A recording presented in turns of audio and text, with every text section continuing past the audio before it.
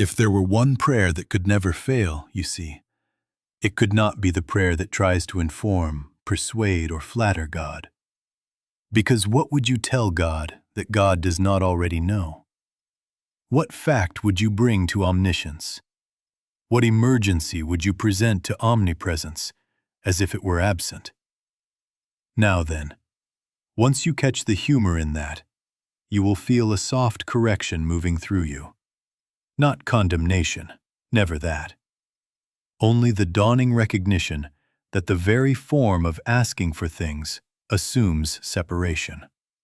And separation is the one condition in which prayer appears unanswered. The only prayer God always answers is the prayer that is not asking for something at all. It is the return, within, to God contact. I am speaking now from the standpoint of the infinite way. Watch out.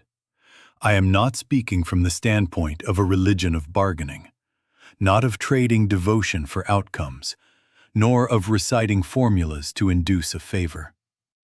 We must never use the words right and wrong to measure prayer.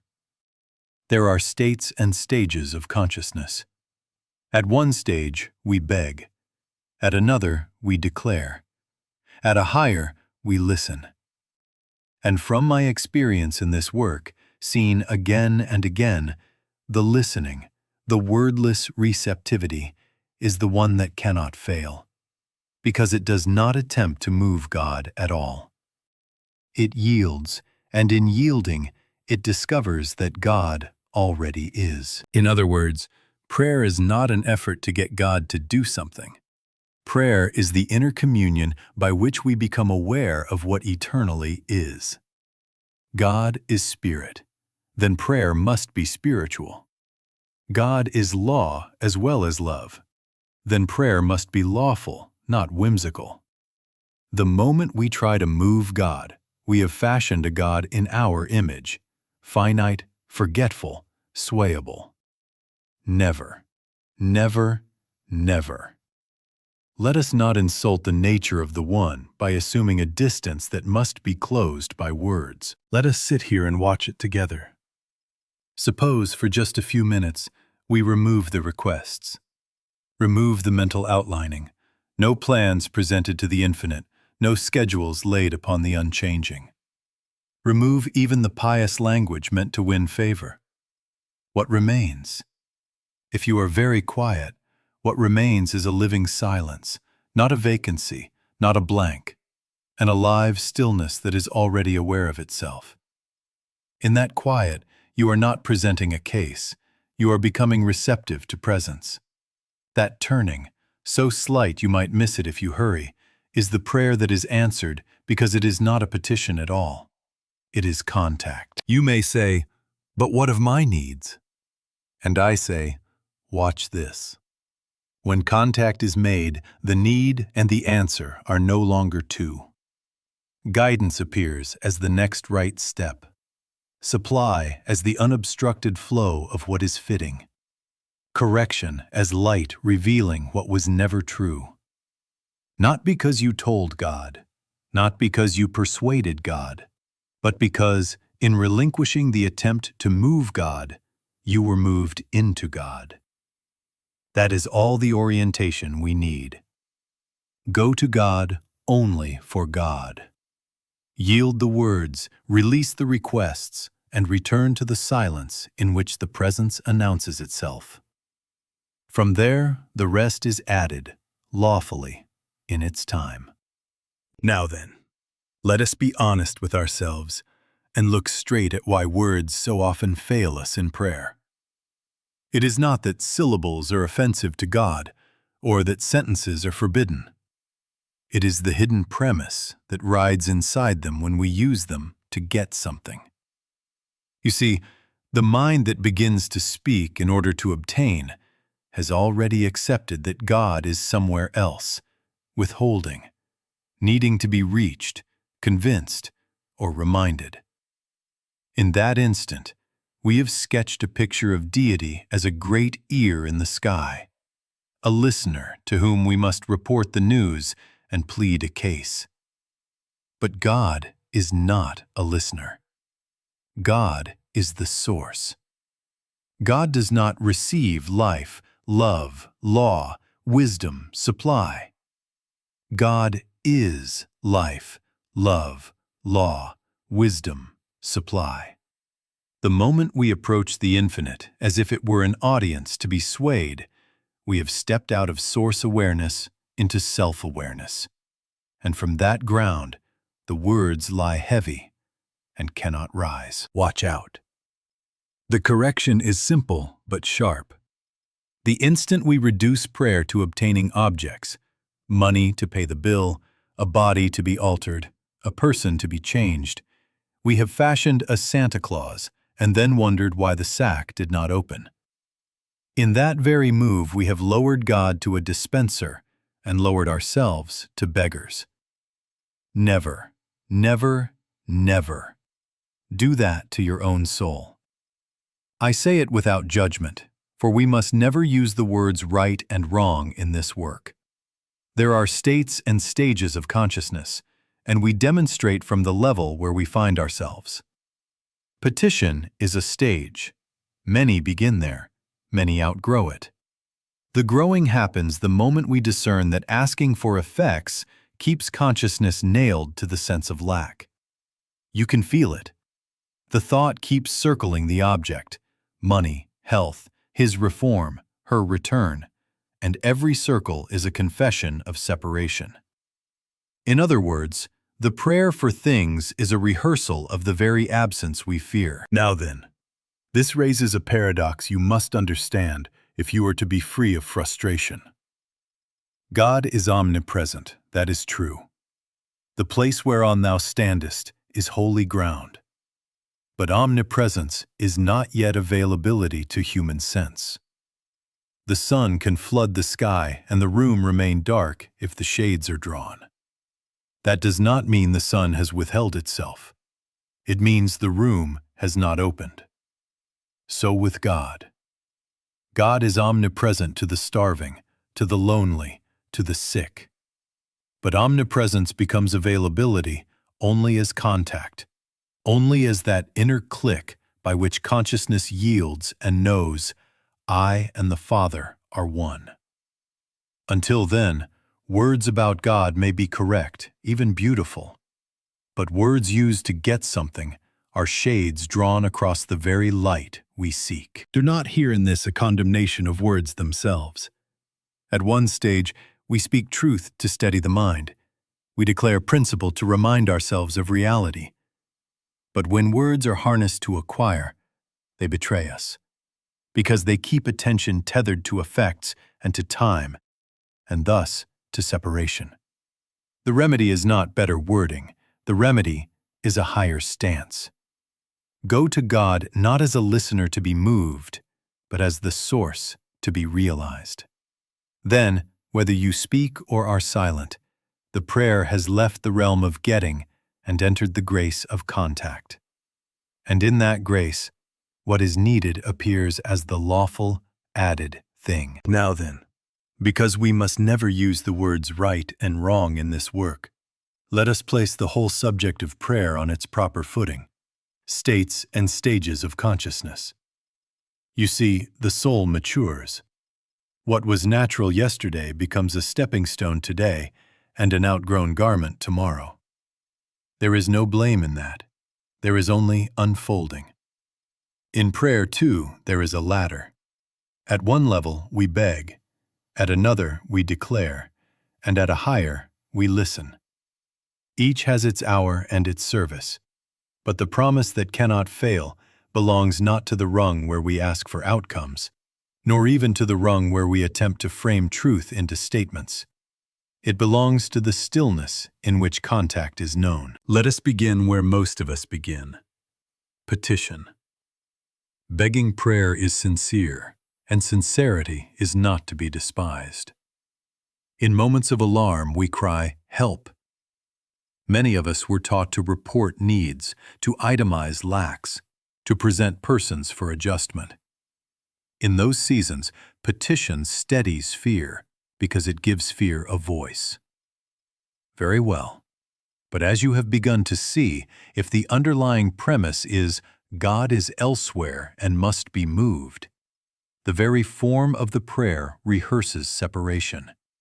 And separation is the only field in which prayer appears unanswered.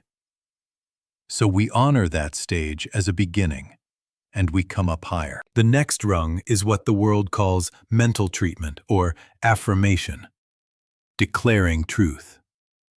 Now, watch out. I am not here to take away your declarations. I have used them, and at times still do, to focus the mind when it is wandering. But, you see, even affirmations can be another kind of outlining. The tongue can be full of, God is my supply, God is my life, while the heart is leaning with all its weight on a particular outcome, a date on the calendar, a number on a ledger. In other words, we can speak truth while secretly trying to force effect. That is will, human will clothed in spiritual language. And the more we push, the more we remain self-centered in the very act of speaking truth. And so we miss the click of contact for which truth was meant to prepare us. I'll go further. I'm speaking now from the standpoint of the infinite way. Prayer is receptivity, not effort. The highest use of a declaration is to quiet the mind until the declaration is no longer needed, until you can be still without propping yourself with words. This brings us to the third rung, communion, listening. Here, prayer ceases to be speech and becomes awareness. No persuading, no presenting, no scheduling the infinite. Only a yielded, living silence in which you know, not think, not argue, but know. I and the Father are one.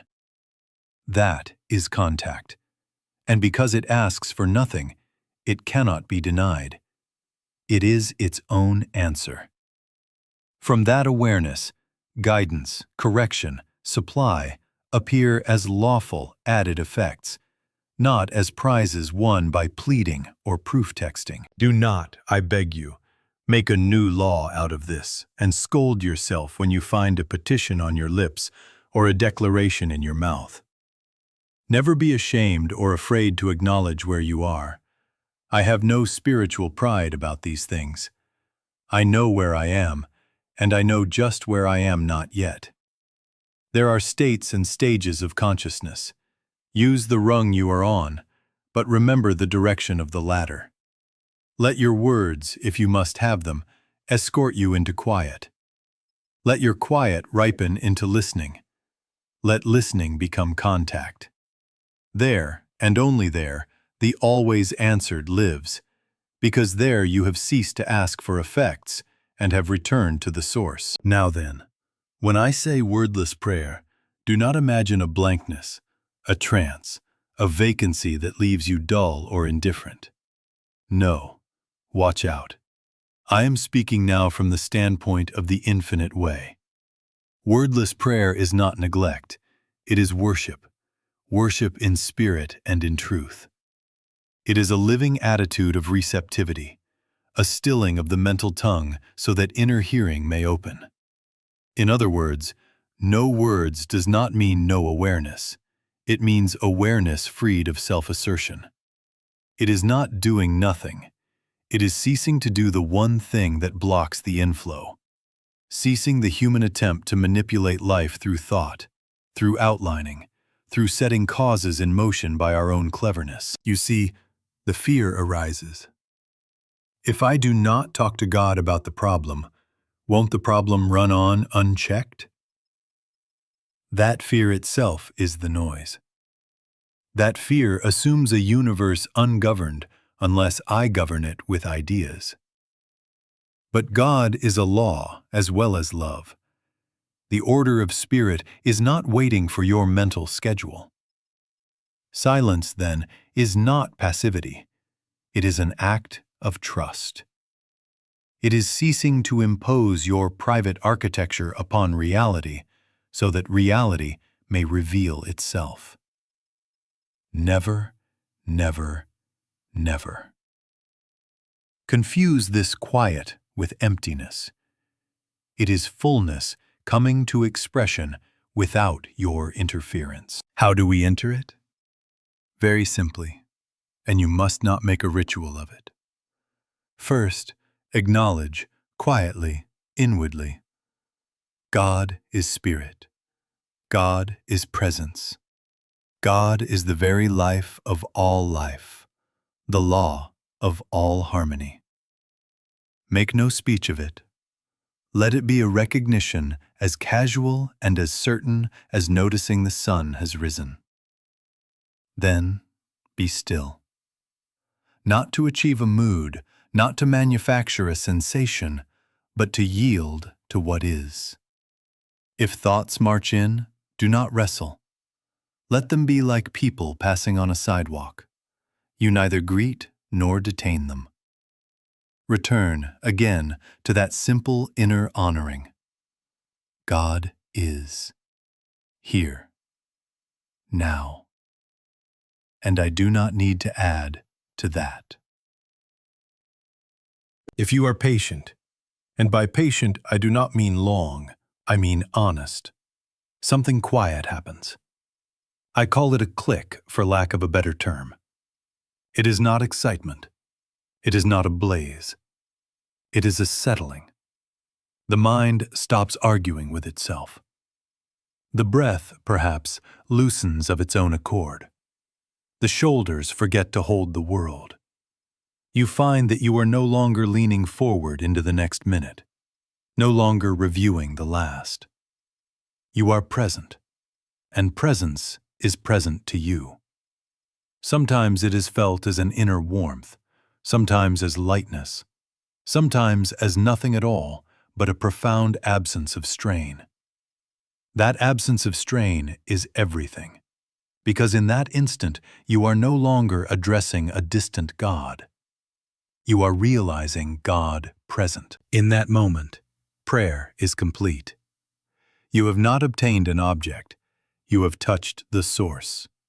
You have not moved God. You have been moved into God. From here, do not hurry to speak again. Abide a minute in that assurance. Let it seal itself. If you find yourself tempted to outline how it should fix the matter when it should appear, smile at the temptation and let it pass like the others. This silence is the womb of guidance. Out of it, as and when it must, a word may rise unbidden, an impulse to call, to go, to rest, to refrain. That will not be your mind's management. It will be the natural issuing of law through contact. Do not be dismayed if on some days the click is faint or seems absent. Never be ashamed or afraid to acknowledge where you are. There are states and stages of consciousness. Sit faithfully in that simple sequence. Acknowledge. Be still. Yield. Keep your prayer free of projects and free of persuasion. Love the presence for its own sake. And you will discover that this so-called silence is not an empty room. It is the very sanctuary where God is realized as here. And in that realization, what needs to be added is added, lawfully, in its time. Now then, when the mind has been quieted and the tongue has learned to rest, there remains, if anything remains at all, a single impulse. Not to get, not to change, not to bend the universe to a private will, but to know. Desire is not crushed.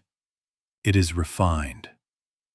You see, we do not become spiritual by repressing human wants and pretending to be without them.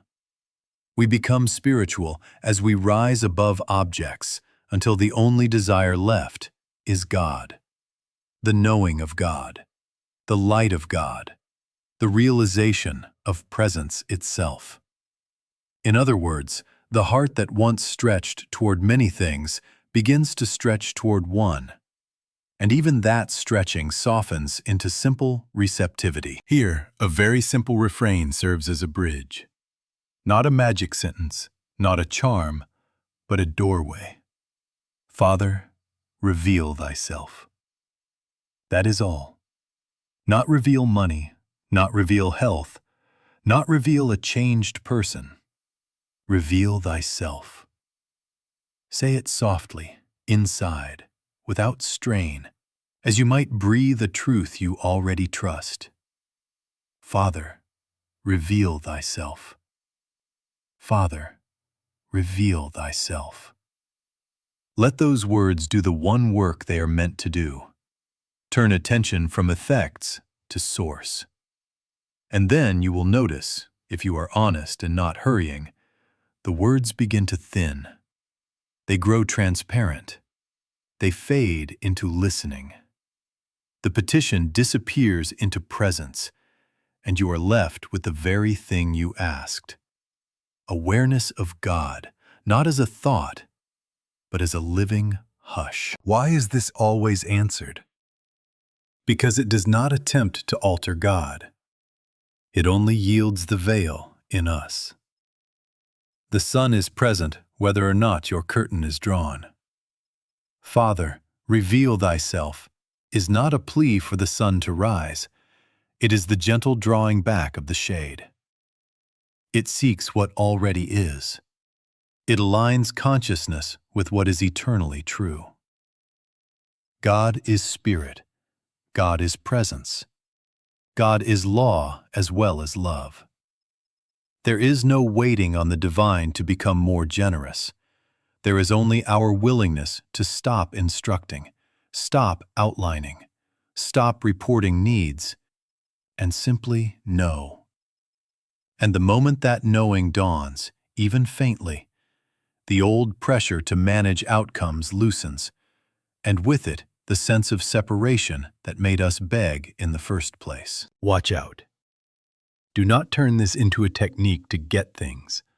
The moment you do, you are back at the Santa Claus counter. Father, reveal thyself is not a lever. It is a surrender. Use it as a feather that quiets the mind, and then let it go.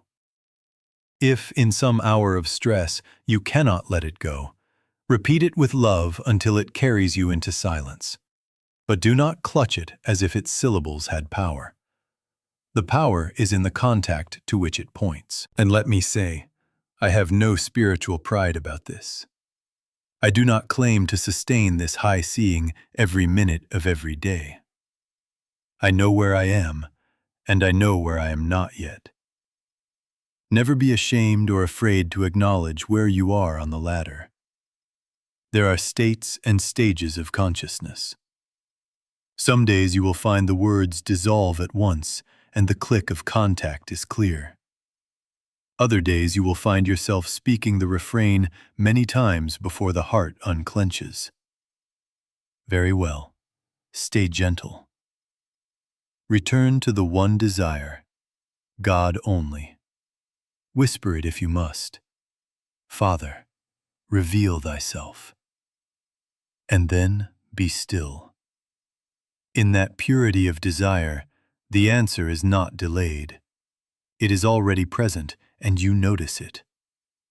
From that noticing, as we have said, the rest is added, lawfully, in its time. Now then, since the heart has learned to whisper, Father, reveal thyself, and since even that whisper has thinned into listening, let us look at the climate in which such listening becomes natural.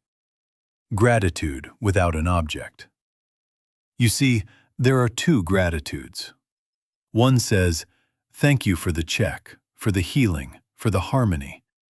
And it is innocent enough, but it leaves the object on the throne and turns thanksgiving into a receipt you sign after delivery. The other is not gratitude for. It is gratitude as. It is a state, a quiet recognition of God's fullness, God's presence, God's law as well as God's love, before any sign, before any figure on a page, before any change in a body. In other words, gratitude that has no object is thanksgiving to that which already is, and therefore it is free of bargaining. Watch out. I am speaking now from the standpoint of the infinite way.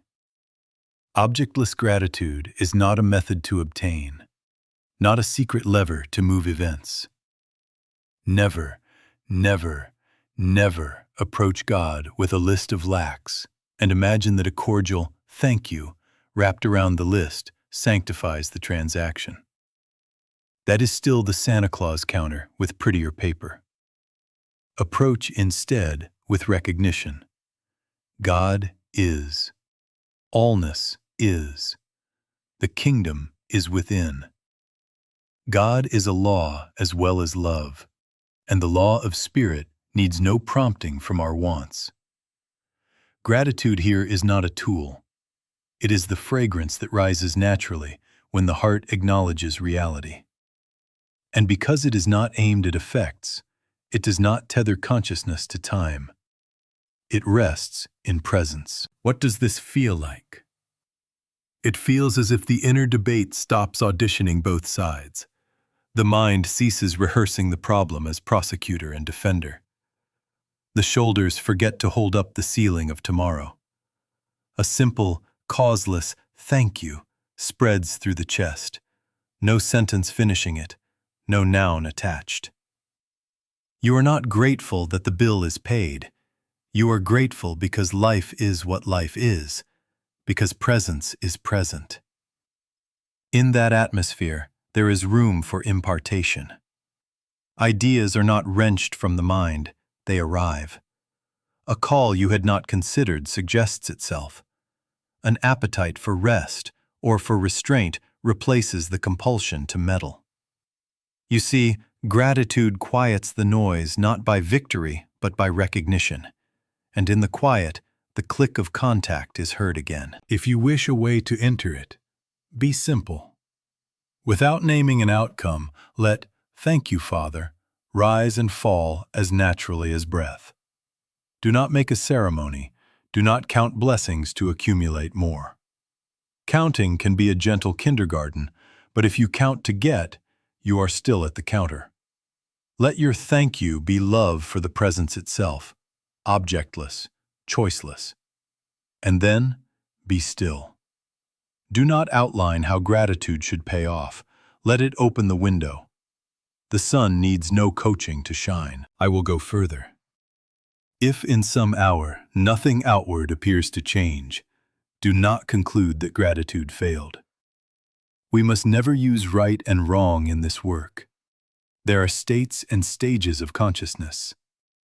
Hold to the inner climate and notice how fear loosens, how haste drops off, how the compulsion to manage fades.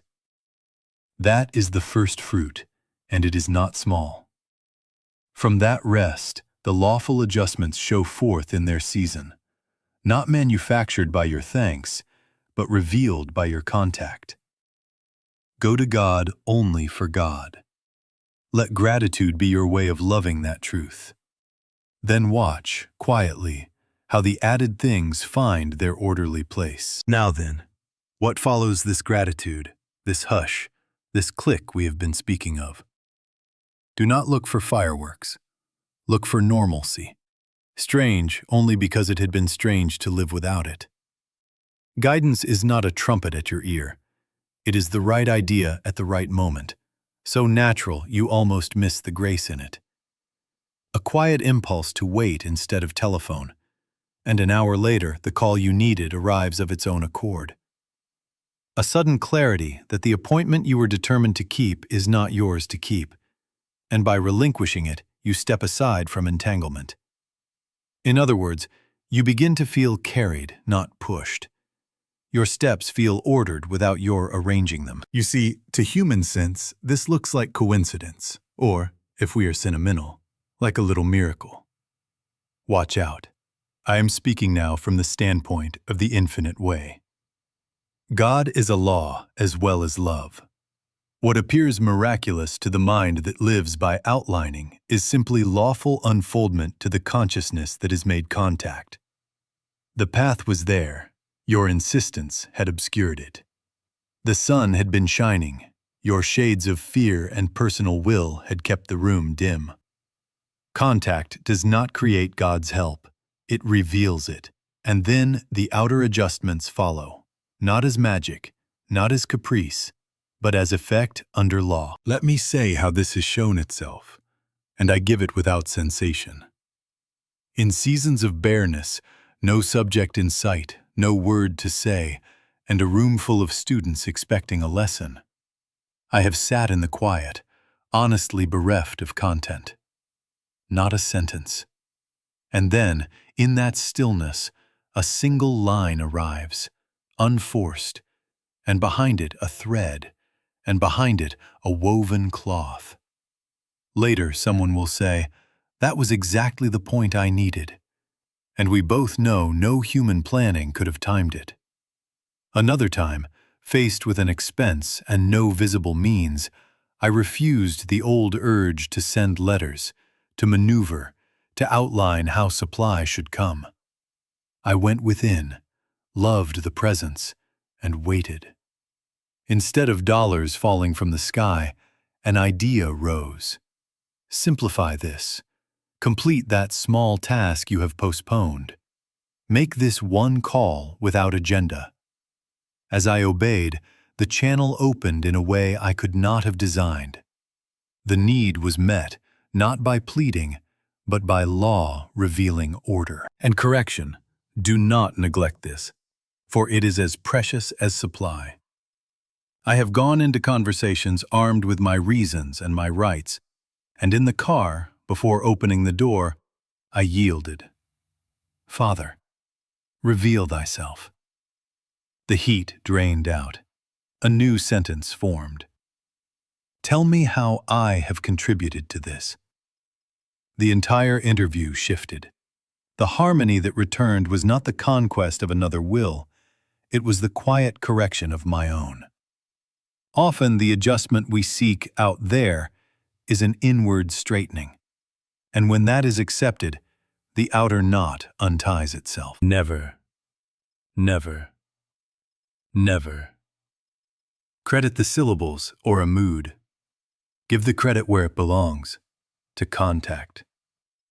When consciousness aligns with source, where lack is unknown, the fiction of absence dissolves, and what we call needs are added. They are not added by decree or demand. They appear as the only possible outcome of law recognized. The refrigerator is found full. The bill quietly meets itself.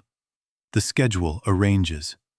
Relationships breathe again, not because you have wrestled life into place, but because, in yielding, you discovered that life had already arranged itself.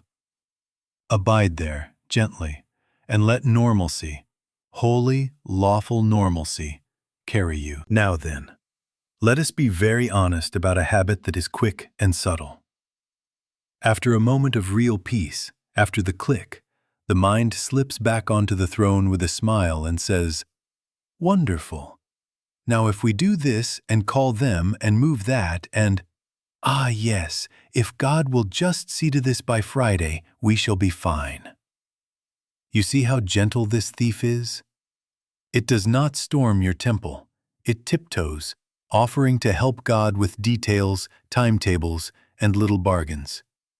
I'll keep the silence, but surely we can arrange the outcome. Watch out. In that instant, outlining has begun. The head begins to sketch life with a pencil as if the source needed your blueprints to finish the house. Why does this matter? Because outlining breaks receptivity. It takes the living hush of contact and makes it a means to an end. And at that point, you are no longer in worship. You are in management.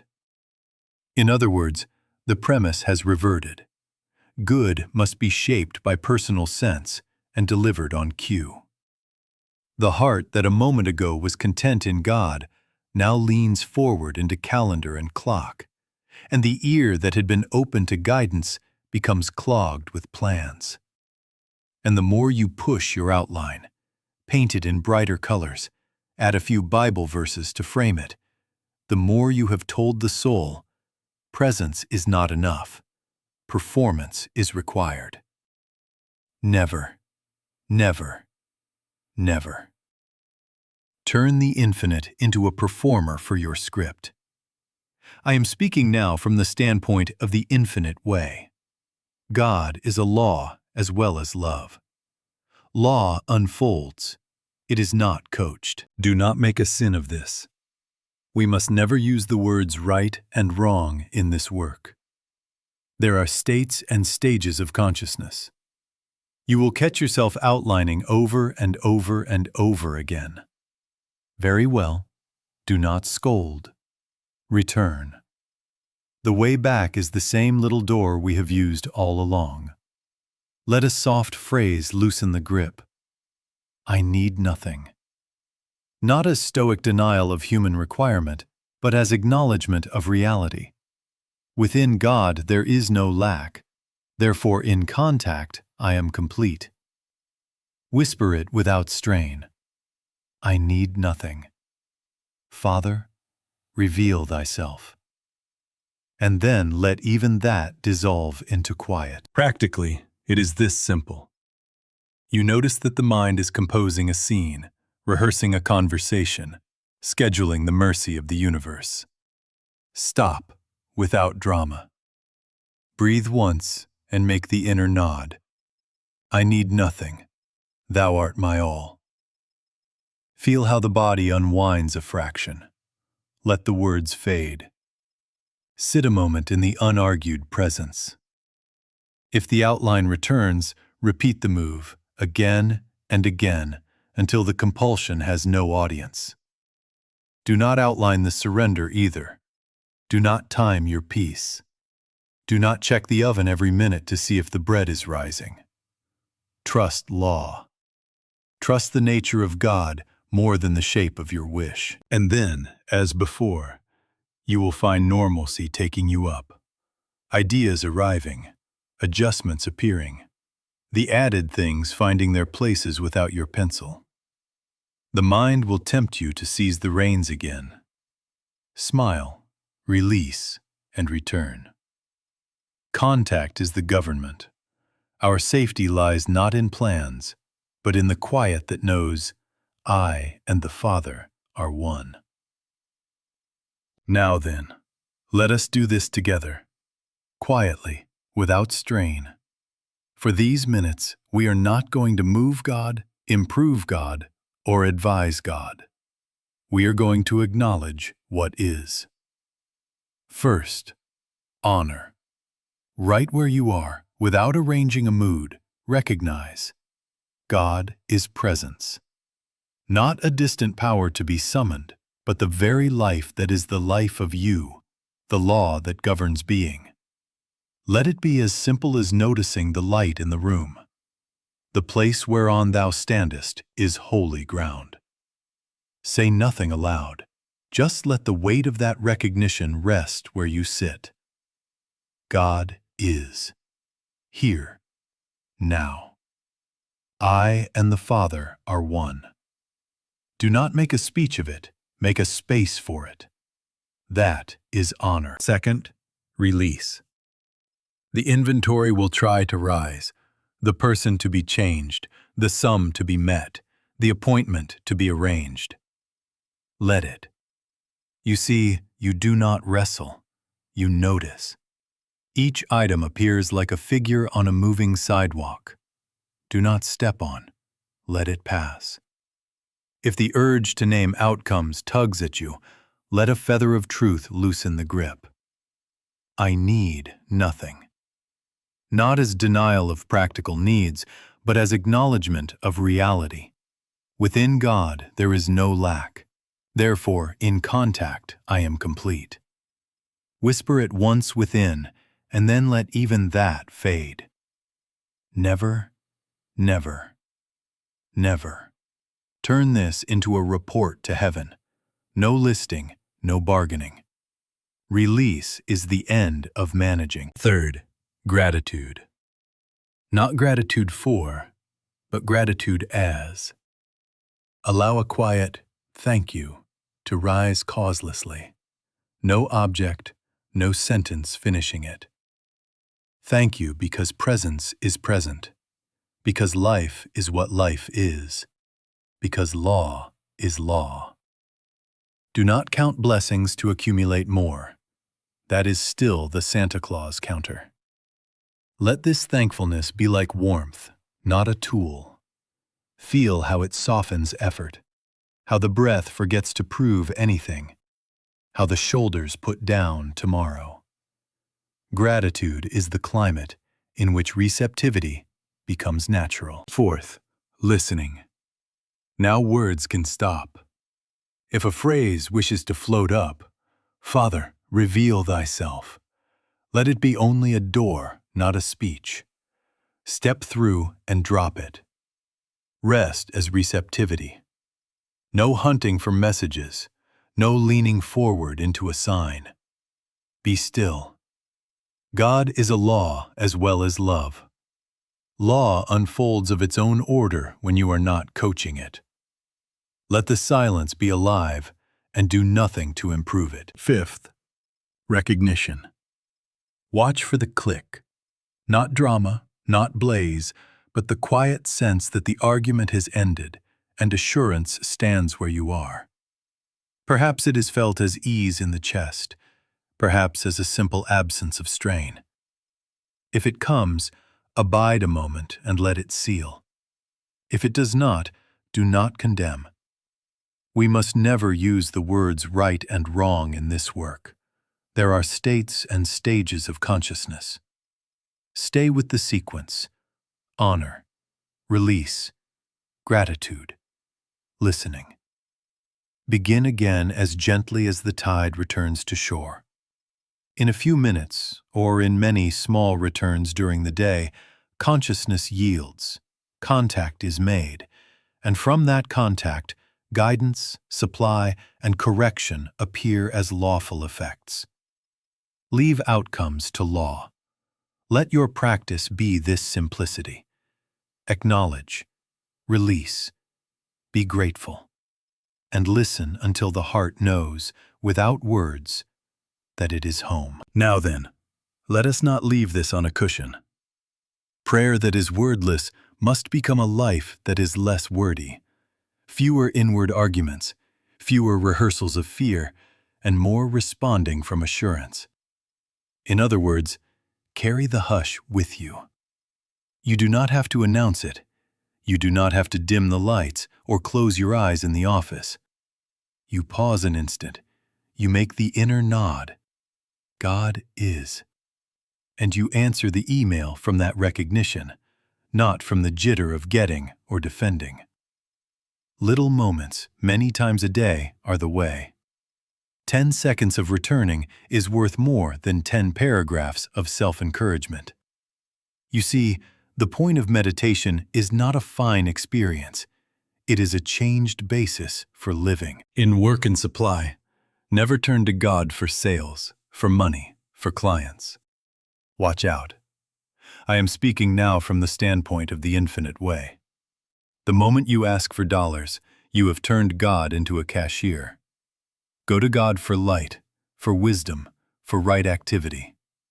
Sit a minute before the ledger, not to bargain, but to love the presence. And then, do the next simple right thing that presents itself. Ideas will come. Reorder this. Complete that. Let this go. Make this one call without an agenda. You will find that right activity is supply appearing. The form will always be lawful. An opening you could not have outlined. A correction in waste. A new usefulness discovered in what you already hold. Never, never, never credit a trick of thought. Give the credit to contact. God is a law as well as love, and when law is recognized, effect is inevitable. In relationships and healing, do not try to change a person by prayer. The will that attempts to improve another is the very noise that blocks love. Go within. Seek God contact. Rest until the heat drains out of your opinion. Then love acts of its own nature. It may be a gentleness you could not manufacture. It may be a clear no without resentment. It may be an apology that ends a war. Sometimes the only healing needed is the end of your argument. Sometimes an action emerges. Call, write, be silent, step away. With the body, the same. Do not outline a process. Make contact. In that atmosphere, the wisdom for care is given. Rest now. See the practitioner. Change this habit. And the life that animates the body conforms to order. Do not measure your day by visible results. We must never use the words right and wrong in this work. There are states and stages of consciousness. Measure by the willingness to return, by the lessening of fear, by the ease with which you stop outlining and let law be law. Then watch, without leaning forward, as harmony appears in its time. The work that fits, the conversation that heals, the need that meets itself. Live from contact and let outcomes appear as the natural fruit of that consciousness. The only prayer that cannot fail is already in harmony with God, silent communion, and from that, all these things are added.